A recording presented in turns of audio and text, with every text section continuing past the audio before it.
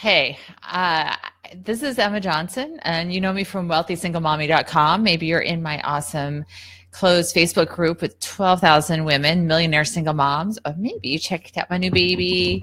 Whoa, the Kickass Single Mom from Penguin, #1 Amazon bestseller, all over the media.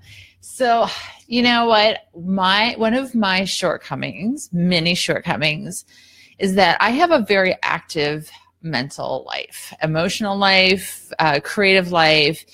But one of the things I'm really bad at is letting things go. And I find myself having arguments with people that I have a beef with in my head over and over.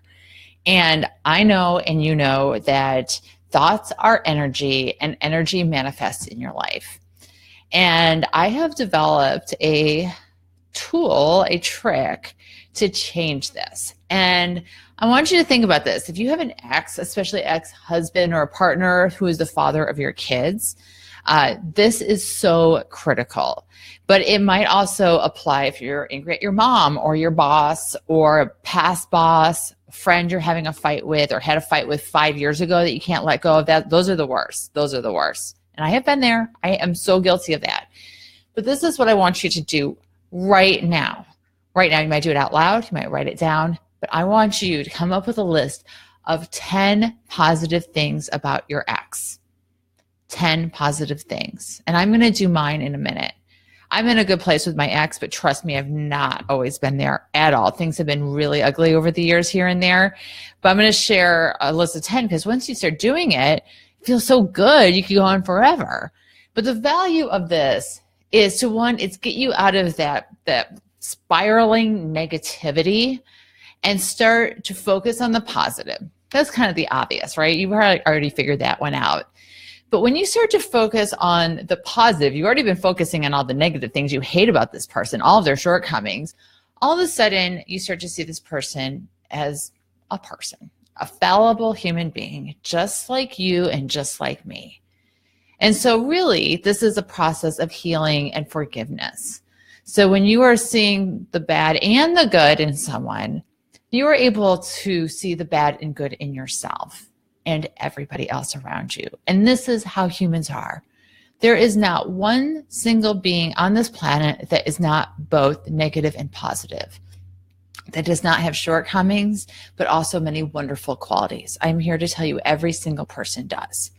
So when you start reframing this person, you start reframing your relationship with them. Because face it, you chose that person. You chose them to marry. You chose them to hook up with, to have a baby with. There was choice. And all of a sudden you start to see that all that anger is really maybe not at that person. Maybe you're really angry at yourself for choosing that person. Or maybe you're angry at yourself for the relationship not working out. Or you're angry at yourself because you can't come to a place of peace with them right now. It really is an act of forgiveness and humanity towards yourself. But then all of a sudden, there's a very, very interesting positive byproduct of this. That is when you organically start to work out some of your stuff in the relationship with this person. This translates into how you talk about your ex or your kid's dad with your kids and other people in your life.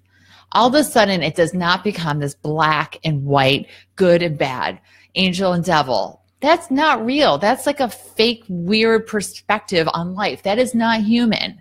All of a sudden, you are more easily able to share positive memories with your kids. You're able to point out positive qualities that their dad has. Or maybe this is their grandparent or a friend that's in your lives, a neighbor. All of a sudden, you're communicating with your kid that you love all of them. You love all of your child. You love the parts of your child that remind him of you, and you love the parts of your child that remind your child of his dad. And it's also telling your child that you really love your child. Because when you paint people as black and white, they are either in or out. And your child knows that he has some shortcomings and not great qualities. And it makes your child be more confident in your love because now you're expressing that you are able to love all of your child, the good and the bad and the ugly. And that's very hard to communicate when you paint somebody else important in your child's life as purely bad. So I want you to try it. Communicate with yourself first and see how this translates into other relationships in your life by listing 10 things that you loved, or appreciate about your ex. And I will be part of this too. I will go first. My ex is super funny. He, to this day, can crack me up. I appreciate that he is politically very progressive. I like that he's interesting. He does very interesting things in the world. He's very active. He volunteers. He takes classes. He's actively involved in the world in a meaningful way. He's a good dad. Like, he is there for his kids. He teaches his kids stuff. He's strict with them in a way that I don't find easy to be.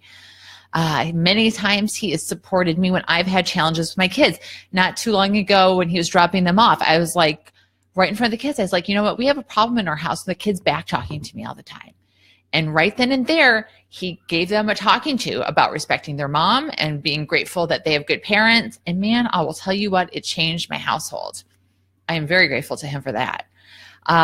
I like about him that he has good taste. He buys the kids clothes all the time. He buys them much nicer clothes than I would ever buy, and they look cute, and that's because of him. I appreciate he's very talented in his career. He works in video, and he's very, very competent, and I very much appreciate that. And he has a great work ethic, which is important to me, and I hope that my children acquire too. I don't know how many I'm going to throw in 3 more. He just adores the kids. He just adores and loves them in a way that I would hope any child could benefit from. And he's smart. He's smart in ways that I am not. He's excellent with languages. He has a visual intelligence and a physical intelligence that I don't possess, that I admire. And he's a good person. He really is a good person. So now it's your turn. You know what? Why don't you just share right now in the comments positive things about your ex? And the harder it is to think of them, and the harder it is to write, and the more you want to put caveats on it, the more you need this exercise.